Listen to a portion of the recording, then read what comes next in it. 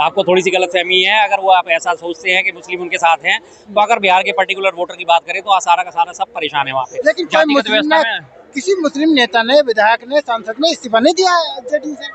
नहीं देंगे तो क्या मतलब की मलाई खाते हुए कोई भी इस्तीफा देता है? आज इतनी नैतिकता किसमें बची? कौन सा नेता ऐसा है कि जिसमें नैतिकता बची है कि वो किसी भी वजह से इस्तीफा दे दे?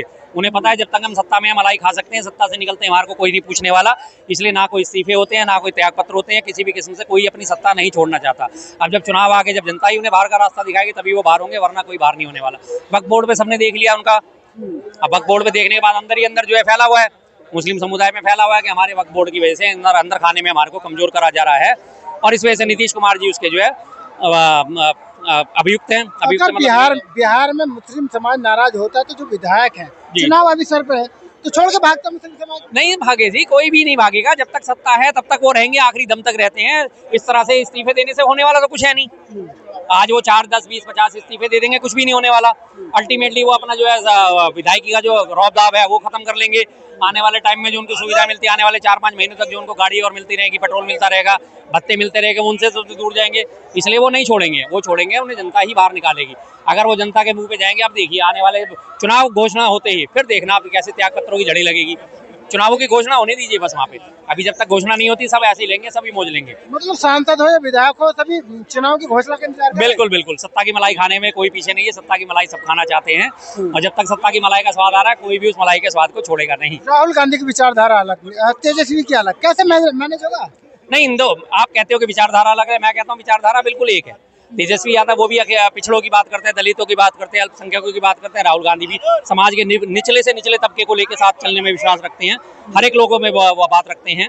तो दोनों की विचारधारा एक ही है कि जो निचला तबका है, जो पिछड़ा तबका है, उसे ऊपर लेके आना है, और वो ऊपर लाने में दोनों की विचारधारा सेम है। तो इसमें कोई दो राय नहीं है, एक जैसे हैं, तभी आज उनका गठबंधन है और तभी गठबंधन बनेगा। आरजेडी तो तेजस्वी यादव को मुख्यमंत्री बनाना चाहती है, लेकिन कांग्रेस का क्या होगा फिर? कुछ नहीं, ऐसे कोई दिक्कत ही नहीं है। जिसकी जितनी हिस्सेदारी उसकी उतनी भागीदारी। पहले भी गठबंधन का नियम यही था कि जिस राज्य में जो चीज जो ज्यादा मजबूत है वो मजबूती से चुनाव लड़ेगा, अन्य पार्टी उसे सहयोग करेंगी। और अगर तेजस्वी यादव साहब की सीटें ज्यादा आती हैं तो जाहिर सी बात है मुख्यमंत्री उन्हीं से बना जाएगा। तो ये कांग्रेस की सीटें बढ़ जाती हैं अगर, तो कांग्रेस को मुख्यमंत्री बनेगा। हालांकि जो है सीटों के बंटवारे में कांग्रेस को अभी सीटें कमी मिलेंगी, लेकिन वो समर्थन दे के सरकार चलाएंगे। लेकिन सवाल तो ये भी उठ रहा है, जहाँ कांग्रेस मजबूत होती है किसी से गठबंधन नहीं करती। कांग्रेस बिहार में कमजोर है तो इसलिए गठबंधन कर रही है। नहीं, गठबंधन का जो नियम है, मैंने आपसे फिर से कहा कि गठबंधन का जो नियम है, जो इंडिया गठबंधन का नियम है, वो यही है जहां जो मजबूत है उसे आप और मजबूत करिए, जहां जो कमजोर है उसे अगर वो नहीं चुनाव परिणाम में असर डाल सकता तो उसे आगे बढ़ना नहीं चाहिए। ये इंडिया गठबंधन का नियम पहले ही तय हो चुका है। अगर आज आरजेडी वहाँ पे मजबूत है तो आरजेडी को समर्थन दिया जाएगा। अगर यूपी में अखिलेश यादव मजबूत हैं तो अखिलेश यादव को समर्थन दिया गया था लगातार। और जो मजबूत सीटें हैं जिन पे जैसे जैसे जिस कैंडिडेट की जो हैसियत है, अगर कांग्रेसी कैंडिडेट उस सीट पे मजबूत है तो कांग्रेसी कैंडिडेट उस सीट पे उतरेगा, अगर आरजेडी का मजबूत है तो आरजेडी उस सीट पे उतरेगी। लेकिन बीजेपी कह रही है सारा डकैतों का संगठन है। वो तो कहेंगे सर, देखो उनका तो कहना शुरू से यही रहा है, वो तो लगातार आज तक उन्होंने कभी किसी को सही ठहराया है। डकैतों का संगठन होता, अगर कांग्रेस डकैतों का संगठन होती तो आज भी क्या 24 अकबर रोड से चल रही होती? 24 अकबर रोड की आप हालत जाके देखिए, अंदर कभी कमरों में जाके देखिएगा, ऊपर की जो फॉल सीलिंग है वो तक टूटी पड़ी है 24 अकबर रोड की। किसी कमरे में पंखे ही पंखे हैं, सिर्फ किसी में कूलर है, एसी तो गिनती के कमरों में है। ये उस जिस पार्टी को कहते हैं कि लुटेरी पार्टी, उस लुटेरी पार्टी का आप हाल जाके वहाँ देखिए। 24 अकबर रोड पे शौचालय उनके बिल्कुल साधारण है, कोई लग्जरी होटल नहीं है, कोई लग्जरी 5 स्टार होटल नहीं है। कॉन्फ्रेंस रूम जाके आप उनका देख लीजिए, वही मामूली कुर्सियां पड़ी हुई है, वही मामूली टेबल पड़ी हुई है, कहीं कुछ नहीं है। सेंट्रलाइज एसी तक भी नहीं है किसी वहाँ पे, सेंट्रलाइज एसी जिसे कहा जाता है वो भी तक नहीं है। अगर कांग्रेस भ्रष्टाचार करती तो आज वो भी अपना 7 सितारा होटल बना लेती, जैसे कि लोग दीनदयाल उपाध्याय मार्ग में बीजेपी का बना हुआ है ऑफिस, केंद्रीय कार्यालय प्लस साथ में सामने केंद्रीय कार्यालय विन्यास। दोनों के अगर आप आज अगर देखेंगे तो हजारों करोड़ के दोनों ऑफिस हैं, वो हजारों करोड़ के।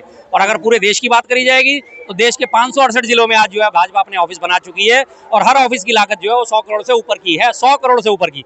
और आज देख लीजिए, अगर इसी से कंपैरिजन आप करते हैं कांग्रेस का, तो कांग्रेस की आज आप हालत देख लीजिए, कांग्रेस कहाँ है?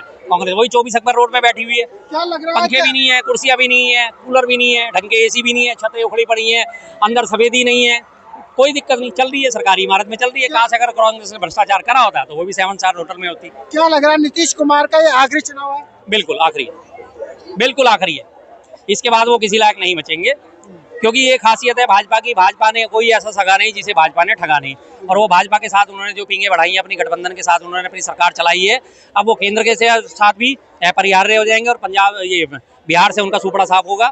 बिहार में उनकी दिक्कत खत्म हो जाएगी, उनके सांसद और विधायक उन्हें छोड़ के बीजेपी में शामिल होंगे, क्योंकि बीजेपी की खासियत यही रही है, अजगर की तरह धीरे धीरे कुंडली मार के धीरे धीरे उसका दम तोड़ती है, हड्डियां तोड़ती है, धीरे धीरे उसे कमजोर करती है दूसरी पार्टियों को, और उसके बाद धीरे धीरे उसे निगल जाती है। अजगर की खासियत होती है अपने शिकंजे में फांसता है किसी के भी अपने शिकार को, धीरे धीरे अपनी शिकंजे को कसता है, हड्डियां तोड़ता है, मरोड़ता है, और धीरे धीरे उसे निकल के और चुपचाप पड़ जाता है। शिरोमणि अकाली दल का आप हाल देख लीजिए, पीडीपी का आप हाल देख लीजिए, कैप्टन अमरिंदर सिंह की पार्टी का आप हाल देख लीजिए, तमिलनाडु में अन्ना द्रमुक के साथ इन्होंने कोशिश करी थी, उसका हाल देख लीजिए। अल्टीमेटली उन्होंने कहा हमारा गठबंधन तमिलनाडु में इनके साथ नहीं होगा। एआईएडीएमके ने साफ मना कर दिया ना, हम इसके साथ गठबंधन नहीं करेंगे, क्योंकि उन्हें मालूम है कि ये लोग किस तरह के लोग हैं। चलिए ठीक है, बहुत बहुत शुक्रिया। बिहार चुनाव होगी, बिहार चुनाव में 4-5 महीने का टाइम है। अब उन्हें अपने वो बना रहे हैं कि 9 लाख रोजगार दे दिए। अगर 9 लाख रोजगार दे दिए होते तो आज ये पलायन रोको यात्रा क्यों हो रही होती? बिहार से जो लगातार पलायन हो रहा है क्यों हो रहा होता? हाँ, दावे हवाबाजी झूठी बातें करने की बात है। जो एक पिछली बार 2.25 लाख वैकेंसी निकली थी वो तेजस्वी यादव के सहयोग से निकली थी, जब उन्होंने वैकेंसी निकाल के और पूरे बिहार में चुनावी ये टीचर्स की भर्ती निकाली थी, 2.25 लाख भर्ती करी थी, उसका भी श्रेय उन्होंने नीतीश कुमार जी को दिया था। अच्छी बात है, करना चाहिए, क्योंकि मुख्यमंत्री वही थे, श्रेय उन्हीं को जाना चाहिए था। सवाल ये उठ रहा है कि बिहार के हरियाणा के मुख्यमंत्री बिहार जाते हैं, वो ये कहते हैं सम्राट चौधरी के समर्थन में चुनाव लड़ा जाएगा। हाँ, लेकिन जो यहाँ पर अमित शाह बोलते हैं वो कह रहे हैं नीतीश कुमार के समर्थन में चुनाव लड़ा जाएगा। वो सब एक दूसरे को उधर से उनको पॉलिश कर रहे हैं, वो उनको पॉलिश कर रहे हैं, उनको पॉलिश करके अपना उल्लू सीधा करेंगे, उनको पॉलिश करके अपना उल्लू सीधा करेंगे। रही बात बिहार चुनाव होगी तो इस बार क्लियर है, आप लिख के ले लीजिए मेरे से अभी 5 महीने पहले, इस बार नीतीश जी का मामला बिल्कुल वहाँ से क्लियर है, साफ है। नीतीश कुमार जी वापस नहीं आने वाले, बिल्कुल किसी भी कीमत में। उनको खुट्टे लाइन लगाने की पूरी तैयारियां हो चुकी हैं, उनको नेपथ्य में डालने की पूरी तैयारी हो चुकी है। आज उनका बेटा अगर थोड़ा सा परिप्रेक्ष्य में उभर के आ रहा है कि जी मेरे पापा ने इतनी नौकरी दी, उतने, आज उसे ये बातें कहने की क्यों जरूरत पड़ रही है? अगर दी होती तो कहने की जरूरत नहीं पड़ती। सम्राट चौधरी को बार बार जो आगे ला रही है बीजेपी, उसे क्या संदेश देने को? सम्राट चौधरी को उन्होंने, बीजेपी ने वैसे भी अपना पहले मुखपत्र बनाया हुआ था, अपना मुख्य मुद्दा बनाया हुआ था, और सम्राट चौधरी ने कहा था कि जब तक तेजस्वी साहब ये नीतीश जी मुख्यमंत्री पद से नहीं हटेंगे तब तक मैं पगड़ी धारण नहीं करूंगा। लेकिन वो हटे भी और उसके बाद दोबारा भी बन गए। अब का पगड़ी उनकी वहीं की वहीं है, जो बात थी वो वहीं की वहीं रह गई है, कोई फर्क नहीं पड़ने वाला उस चीज़ पे। और सम्राट चौधरी को उन्होंने हिंदुत्व का चेहरा बना के आज आगे करा है, वो चाहते हैं कि आने वाले टाइम में हिंदुत्व का मुद्दा बना के और चुनाव जीत लें, और सम्राट चौधरी को इसका जो है सिरमौर बनाया जाएगा, मुख्य चेहरा बनाया जाएगा। अब जो आने वाले टाइम में नीतीश जी तो बिहार की राजनीति से बिल्कुल बाहर हो। गठबंधन जो हुआ है 5-6 पार्टियों का, वो उसे किस नजर देख रहे हैं? गठबंधन इस बार साबित होकर रहेगा, सफल होकर रहेगा। गठबंधन बिल्कुल है, पूरी तरह से गठबंधन सही आएगा इस बार। बिहार में आने वाले टाइम में गठबंधन की ही सरकार है। बिल्कुल वहाँ पे गठबंधन आके रहेगा, और जो भी बात है उसमें कोई दिक्कत नहीं, देर नहीं लगेगी उसमें। गठबंधन इस बार वहाँ पे सरकार बनाएगा, क्योंकि उनके खोखले बातों से 2005 से और अब तक मुख्यमंत्री तो नीतीश कुमार ही है। वो सबने देखा है किस तरह से बने थे, किस तरह से उनका दबदबा हुआ करता था।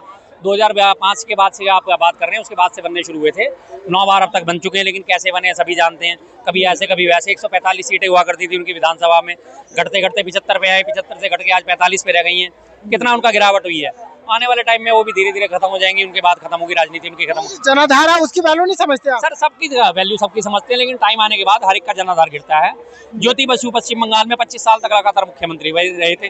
उसके बाद एक हमारी जो ममता बनर्जी साहब आई, उन्होंने आके उनका पूरा सिंहासन डोल डाला, हिला डाला। 25 साल तक लगातार। वहाँ पे ओडिशा में अगर हम देखें तो बिजू पटनायक जी की सरकार लगातार 20 या 25 साल लगातार उनकी भी सरकार चली। उसके बाद नवीन पटनायक साहब भी मुख्यमंत्री बने उन्हीं की पार्टी से, उनकी भी सत्ता दरक गई। तो सत्ता सदा किसी की नहीं रही है, सत्ता सदा किसी की रहती ही नहीं है। सत्ता वो चंचला है कि जो लगातार आज तुम्हारे साथ, कल मेरे साथ, परसों उसके साथ रहती है, और ये कंटिन्यू चलता है। लेकिन आपको ये तो मानना पड़ेगा कि जो मुस्लिम नीतीश कुमार के साथ है, कुशवाहा, यादव, सारी जाति बीजेपी और नीतीश कुमार के साथ है। किसने कहा मुस्लिम वहाँ पे बिहार में मुस्लिम नीतीश कुमार जी के साथ है? नहीं है। देखिए जी, उनकी बात मैं बाद में करूंगा। सबसे पहले आज मैं अपनी भारतीय सेना को, अपनी भारत सरकार को तहे दिल से शुक्रिया अदा करता हूँ, हाथ जोड़ के उनका धन्यवाद करता हूँ कि आज उन्होंने पाकिस्तान को जो सबक सिखाया है उससे दिल बहुत गदगद है। हमारी अंदरूनी राजनीति की बातें तो फिर भी चलती रहेंगी, होती रहेंगी, लेकिन आज हमारे सारे देशवासियों को मैं सहर्ष बधाई देता हूँ। आज जो ये काम करा गया है, जो ऑपरेशन सिंदूर चलाया गया है, आज उसके लिए मैं तहे दिल से सेना का शुक्रगुजार हूँ, सरकार का शुक्रगुजार हूँ। बिल्कुल मैं उनके साथ हूँ। उनके लिए मैं जिनके गम में मैं शामिल था, आज उनके घावों को मरहम मिलेगा। सबसे पहले ये बात करते हैं। दूसरी बात आती है उसके